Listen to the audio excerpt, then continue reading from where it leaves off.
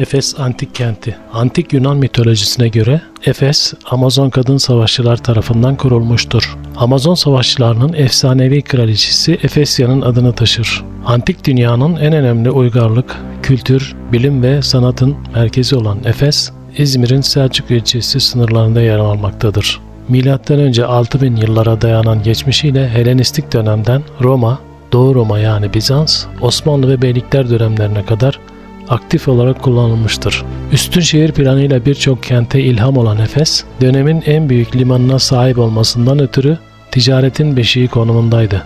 Birçok alanda antik dünyaya bu kadar yön veren kentin Hristiyanlığın ortaya çıkışı, bu inancın önemini giderek artması ve Meryem Ana Kilisesi'nin burada oluşu önemli bir inanç ve hac merkezine de çevirmiştir. Efes laikleri Roma çağında Asya eyaletinin merkezi ve liman kenti olan Efes, dini, politik ve ticari olarak ön sırada yer alırken laik yapımı konusunda da kendisine has özelliklere sahipti. Efes çevresindeki taş ocaklarında üretilmiş olan laiklerin en önemli özelliği altta dışa taşan kaideleriyle küçük girland taşıyıcılarının olmasıdır. Taşıyıcılar koç ve boğa başları bitimi için öngörülmüştür. Ancak bir bölümüne Nike ve Eros işlenmiştir. Kırlentli laiklerin en güzel örneği Celsus kitaplığının mezar odasında duran ve milattan sonra 115 yılına ait tarihlenen mermer laiktir. Burada sergilenen laikler ise Efes ve çevresindeki kazılardan bulunmuş laiklerdir.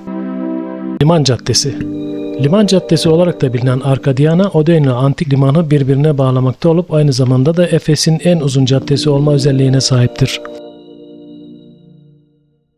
Zamanında kralların karşılandığı ve dini törenlerin düzenlendiği Liman Caddesi'nin her iki yanında görkemli sütunlar bulunmaktadır. 11 metre genişliği, 250 metre uzunluğu bulunan Arkadiana'nın altında yapılan kazı çalışmalarının sonucunda limana kadar uzanan bir kanalizasyon sistemi ortaya çıkartılmıştır. Liman Caddesi her ne kadar Helenistik dönemde yapılmış olsa da Doğu Roma Bizans İmparatoru Arkadionos'u onurlandırmak amacıyla Arkadiana ismini almıştır. Adıyla anıldığı gibi aynı zamanda Kral Yolu ismiyle de anılmaktadır. Bunun sebebi Efes'in döneminin önemli liman kentlerinden biri olması ve kıyıya yanaşan gemilerden indirilen altınların, değerli eşyaların ve malların bu cadde üzerinden taşınarak şehre ulaşmasıdır.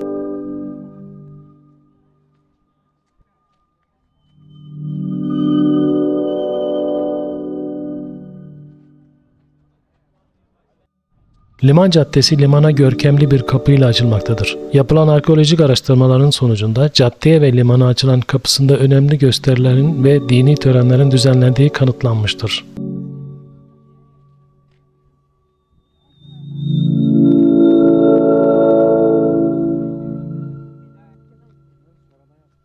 Helenistik dönemde tahminen M.Ö. 3. ila 1. yüzyıl inşa edilen büyük tiyatro günümüze kalıntılarının ulaştığı son halinin yapımını ise milattan sonra 41 ila 54 yıllar arasında Roma İmparatoru Claudius tarafından başlanmış, milattan sonra 81 ila 96 arasında İmparator Domitianus, 98 ile 117 arasında İmparator Trajanus tarafından yaptırılan yenilemelerle son halini almıştır. Alana restorasyon çalışması nedeniyle girilemiyor. Kapsamlı bir yenilemeden geçip kalıntılardaki haline ulaşan büyük tiyatro, 25.000 seyirci kapasitesine sahip olup 3 katlı bir yapıya sahiptir. Yapı yalnızca tiyatro gösterileri için kullanılmamış olup şehir için büyük önem taşıyan toplantılara da ev sahipliği yaptığı gibi imparatorluk çağının ilerleyen dönemlerinde gladyatör arenası olarak da kullanılmıştır. Tarihte ve hala kullanılmakta olan tiyatronun simgesi olan gülen ve ağlayan yüz maskelerinin büyük tiyatroda ilk olarak kullanılmaya başlandığı bilinmektedir. Büyük tiyatroda aynı zamanda milattan sonra 500 üste gelen Aziz Paulus Hristiyanlığı yaymak adına vaazlar verilmiştir.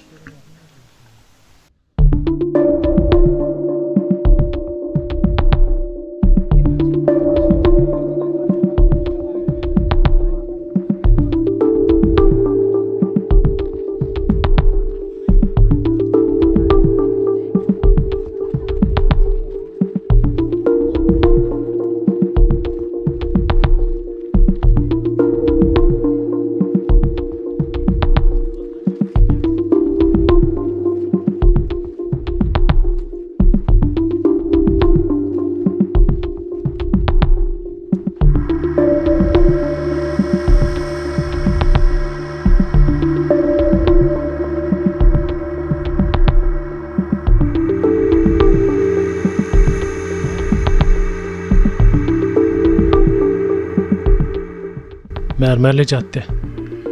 Büyük Tiyatro ile Celsus Kütüphanesi arasındaki ulaşım Efes kentinde Mermer Cadde ile sağlanmıştır.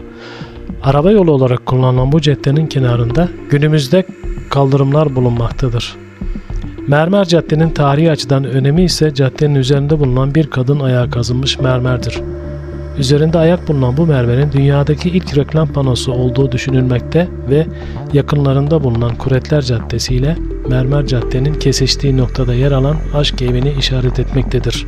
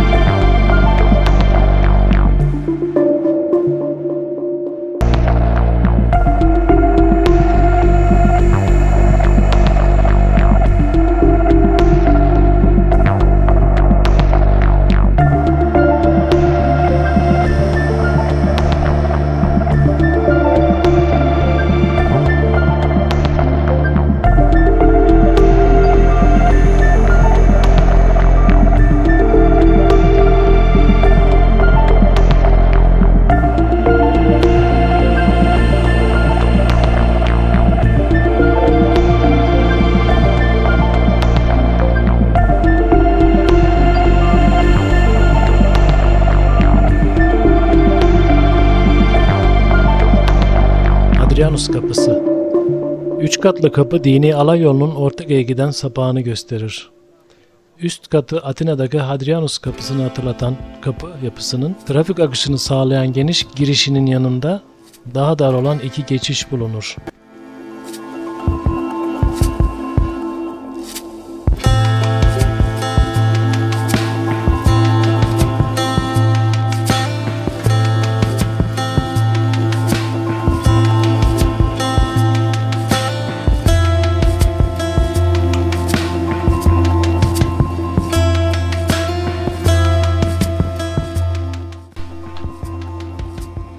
Yamaç evler. Roma dönemine ait 7 evden oluşan bir yerleşim alanıdır. Bu evler Bülbül Dağı eteklerindeki teraslar üzerine inşa edilmiştir ve Efes ileri gelenleri tarafından kullanılmıştır. İç mimari açısından tarihsel olarak büyük öneme sahiplerdir.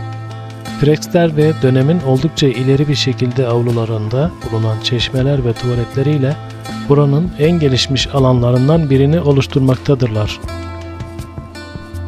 Kuretler Caddesi. Herakles Kapısı'ndan Celsus Kütüphanesi'ne kadar uzanan Kuretler Caddesi, Efes Antik Kenti'nin en işlevsel caddesi olarak bilinir. Bu cadde altında geniş bir kanalizasyon sistemi ile inşa edilen mermer zemin ile özellikle dikkat çeker. Bu altyapı Efes'in o dönemde ulaştığı yüksek uygarlık seviyesini yansıtan bir kanıttır. Cadde üzerinde Trajan Çeşmesi, Hadrian Tapınağı ve Varia Scholastica Hamamı gibi anıtsal yapılar bulunur.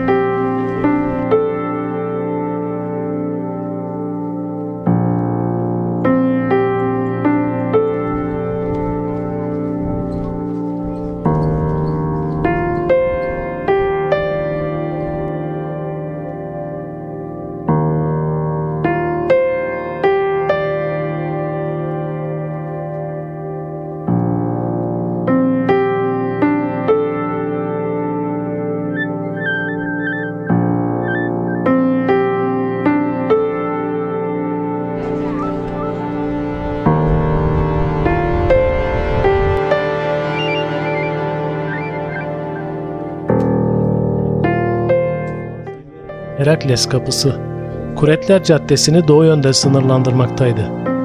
Herakles tasvirleriyle süslü her iki sütun, geçişi ciddi anlamda daraltarak caddeyi araba trafiğine kapatmaktadır. Sütunların üzerinde yer alan bir kemerin içine yapıya dair bir yazıt yerleştirilmiştir. Kemerli köşebentlerle defne çelenkleri ve palmiye dallarıyla nikeler durmaktadır.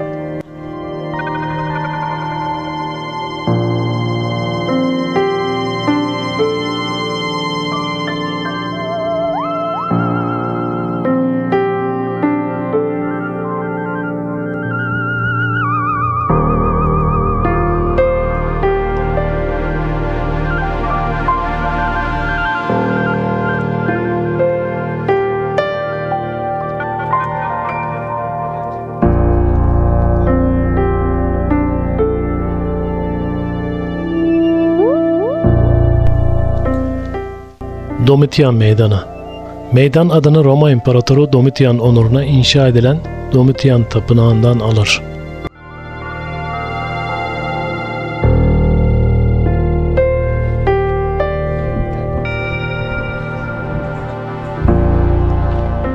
Domitian Tapınağı Kuretler Caddesi'nin girişinde yer almaktadır.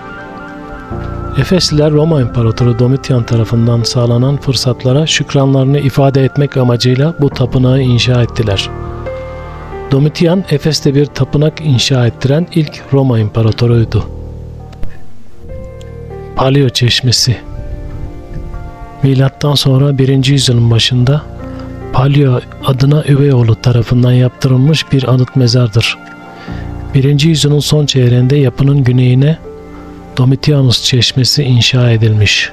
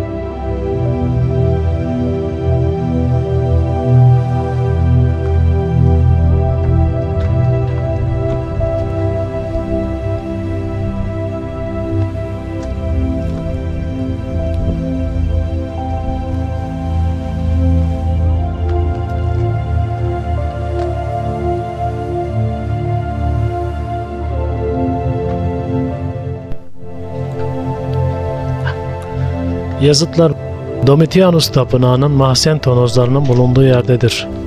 Günümüzde bu koridorlarda 3000'den fazla bütün veya parça halinde yazıt korunmaktadır. Sergilenen koleksiyonda özellikle bilgilendirici yaklaşık 60 adet örnek bulunur. Bunlar arasında günahkarlara karşı bir ölüm fermanı, Helenistik dönem vatandaşlık hakları, imparator mektupları, imparatorluk ve şehir aristokrasisi üyelerini yücelten yazıtların yanı sıra mezar yazıtları da yer almaktadır.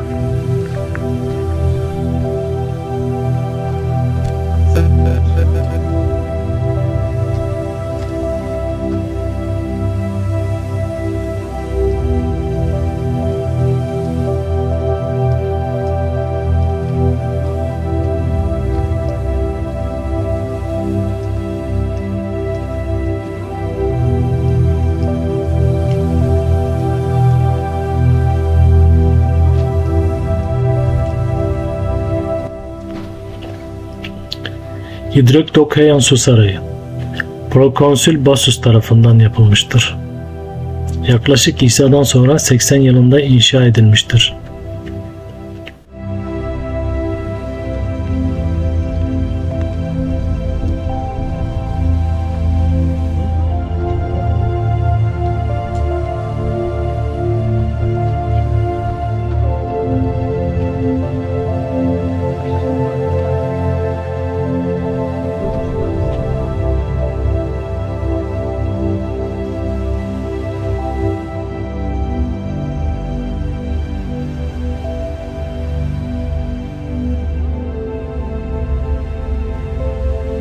su deposu olarak adlandırılan yapı. Bir yazıtta çeşme binası olarak tanımlanan bu yapı İsa'dan sonra 92-93 yıllarında Prokonsül Frontinus döneminde şehre su getiren hattın sonu ve suyun taksim edildiği yerdir.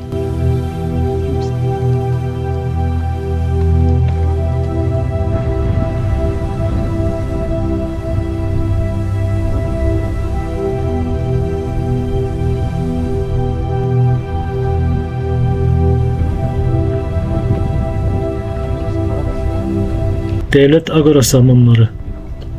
Roma dönemine ait olan hamam yapı bütünü büyük bir olasılıkla daha eski Helenistik bir cimnazyumun üzerine kurulmuştur.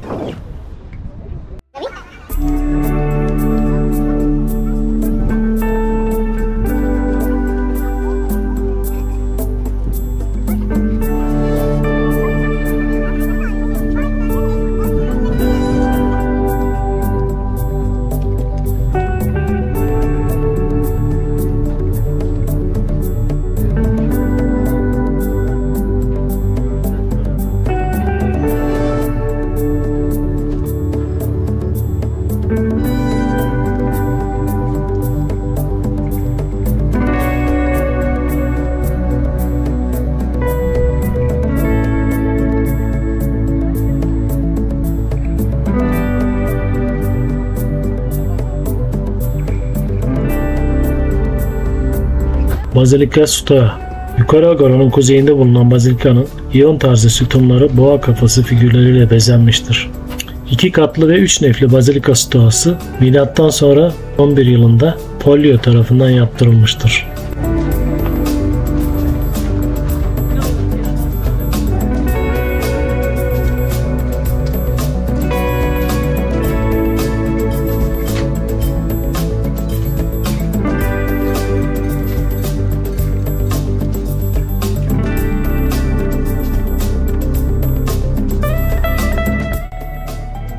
Boleterion.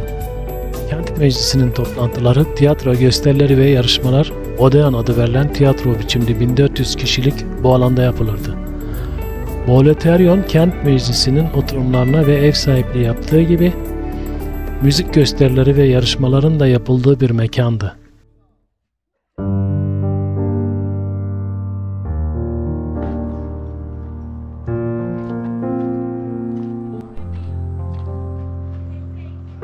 Belediye binası Prytaneon. Salonları tanrı ve imparatorların heykelleriyle donatılmış Efes Belediye Sarayı kent yönetimine ilişkin diplomatik ilişkilerin yürütüldüğü bir yer olmasından dolayı oldukça önemli bir konuma sahipti. Prytaneon ismi Prytan olarak adlandırılan belediye başkanlarından gelmektedir.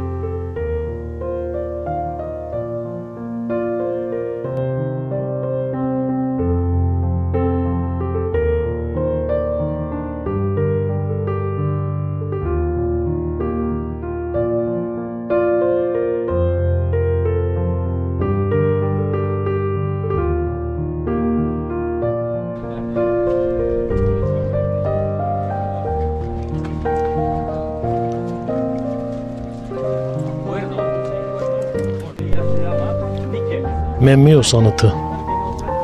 İmparator Augustus döneminde milattan sonra 1. yüzyılda yapılan anıt, diktatör Sulla ve torunu Memmius'a ithaf edilmiştir.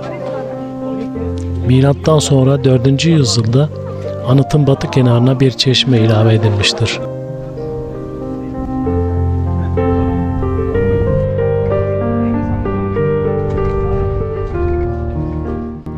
Hadrian Çeşme yapısı.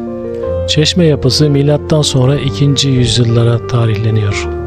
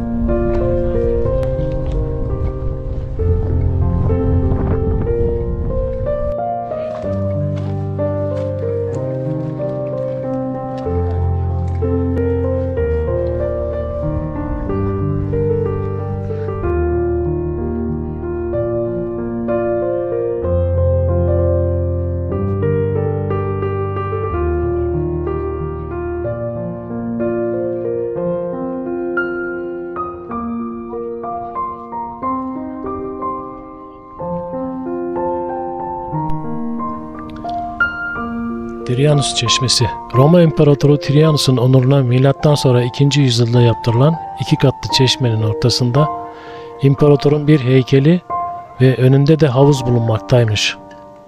Aynı zamanda imparatorun ayakları altında Roma'nın egemenlik gücünü vurgulayan, dünyayı temsil eden bir küre yerleştirilmiş olsa da günümüz Çeşme'ye ait çok az bir kısım ulaşmayı başarabilmiştir. Çeşme'den günümüze ulaşanların bir kısmı British Museum'da sergilenirken bir kısmı ise Efes Müzesi'nde sergilenmektedir.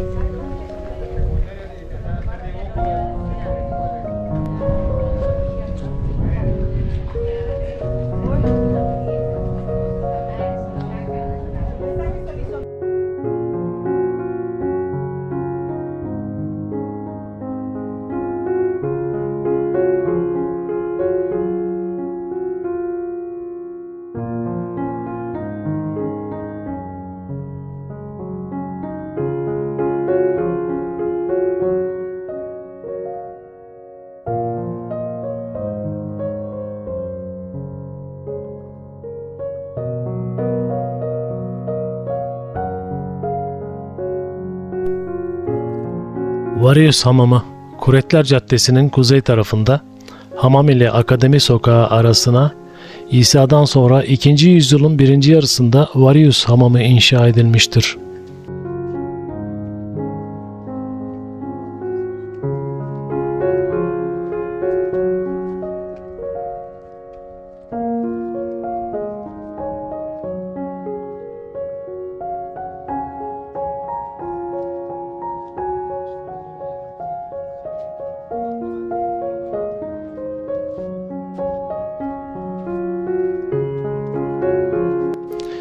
Hamam odalarına büyük apsitli bir salondan geçilerek ulaşılmaktaydı.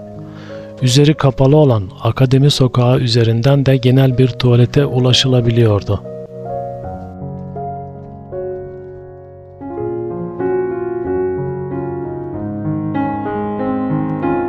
Varius Hamamı'nda Skolastika heykeli.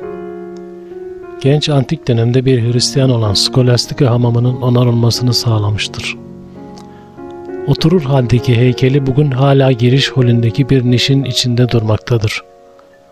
Skolastika Hamamı'nın kullanımı açısından 2 önemli özelliği bulunmaktadır. Bunlardan ilki, sınıf ayrımıyla mücadele ve temizliğin temel bir ihtiyaç olarak kabul edilip herkesin kullanması için yoksullardan ücret alınmamasıdır. Hamamın diğer bir özelliği ise yapıldığı ve aktif olarak kullanıldığı döneme baktığımızda dönemine oranla ileri bir teknolojinin kullanılmasıdır. Bu hamam halk tarafından yalnızca temizlenmek için kullanılmamış, zamanla sosyalleşme ve eğlenme mekanlarından biri haline gelmiştir.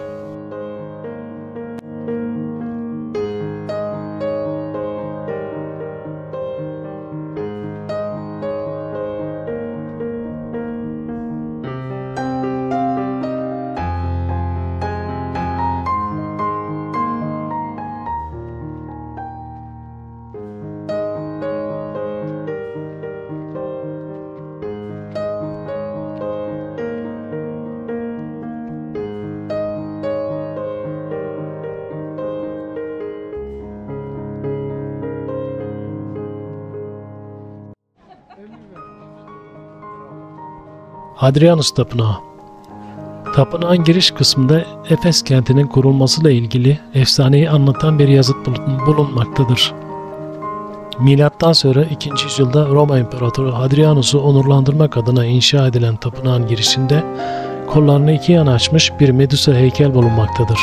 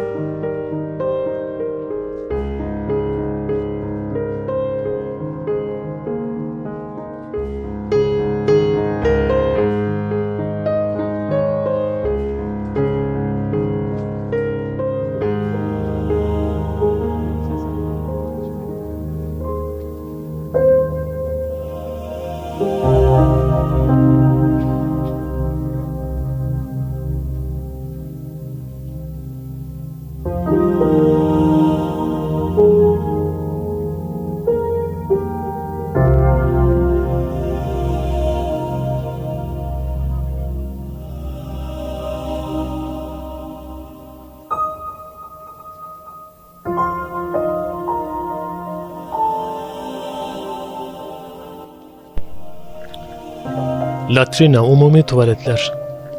Efes antik kentinde yer alan, milattan sonra 1. yüzyılda inşa edilen bu tuvalet, Antik Roma'daki tuvalet anlayışının günümüzden oldukça farklı olduğunu göstermektedir. Bu dönemde tuvaletler sadece fizyolojik ihtiyaçların giderildiği yerler olmaktan öte, insanların sosyalleşebileceği alanlar olarak kullanılmaktaydı. Avrupa tuvalet kültürünün başlangıç noktalarından biri olarak kabul edilmektedir.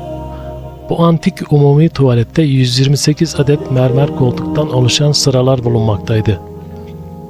Her bir koltuktaki tuvalet 3 metre derinliğindeki kanalizasyon sistemine bağlanmıştır.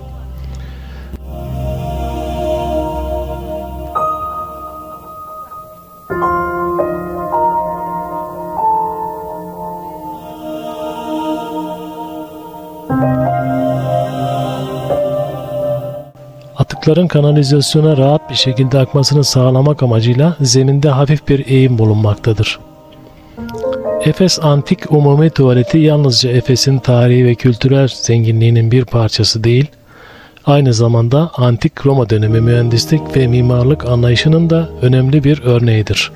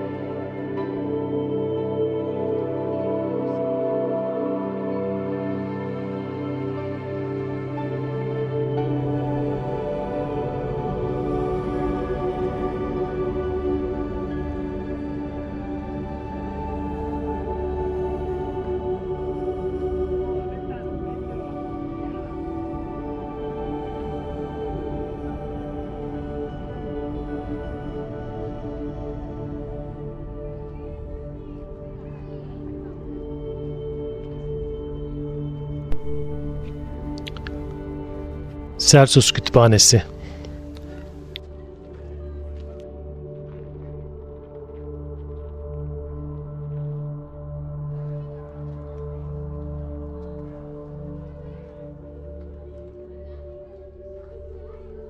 Celsus Kütüphanesi, Antik Efes şehrinde bulunan ve Roma İmparatorluğu döneminden kalma en önemli yapılar arasında yer alan bir kütüphanedir.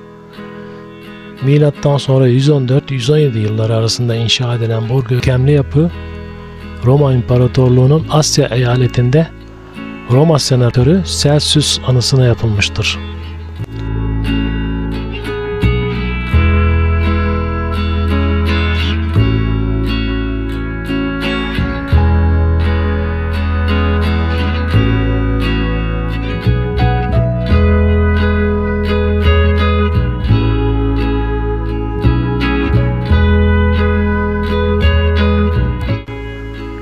Dış duvarda 4 kadın heykeli bulunur.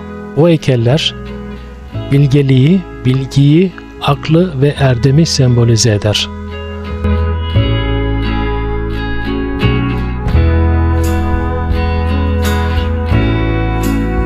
Romalı senatör Celsus'un anısına inşa edilen bu kütüphane aynı zamanda bir türbe olarak hizmet verir. Yapının batı duvarının altında Celsus'un mezarı bulunmaktadır. Kütüphane döneminde 14.000 kitap içerir ve antik çağın en zengin içerikli kütüphanelerinden biri olarak kabul edilir.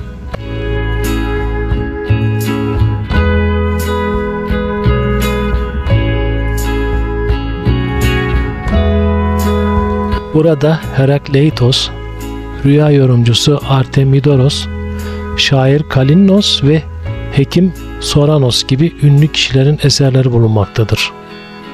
Ve bu kişilerin yetişmesinde önemli rol oynamıştır.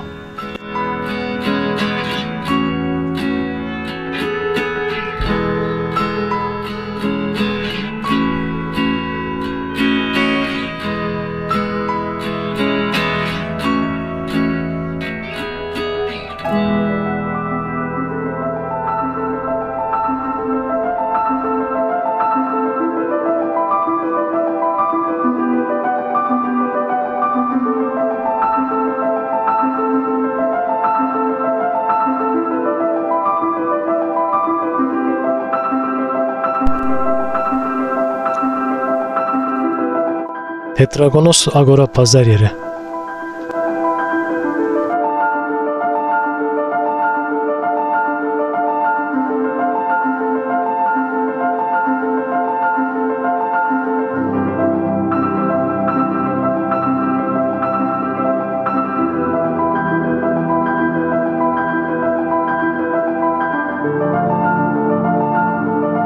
Ticari pazar yeri Milattan önce 3. yüzyılda çoktan kurulmuştu. Görünen şekli İmparator Augustus dönemindeki genişletmeye kadar geri gider.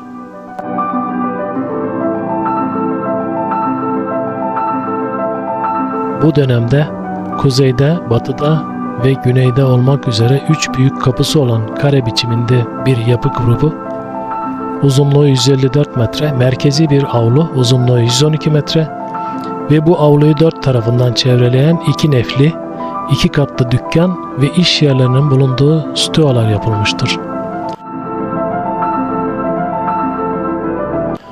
Doğuda mermer caddede İmparator Neron döneminde Agora'nın üst katında olasılıkla mahkeme binası olarak hizmet veren Dor üslubunda 2 nefli bir bazilika inşa edilmiştir. Şiddetli bir depremin ardından milattan sonra 4. yüzyılın sonunda Agora temellerinin üzerine Efes'te elde bulunan mimari parçalar kullanılarak yeniden yapılmıştır. Milattan sonra 6. yüzyılda Kuzey Galeri'deki odaların yerine bunların arkasında yer alan suni bir tepeciye karşı büyük bir istinat duvarı yapılmıştır.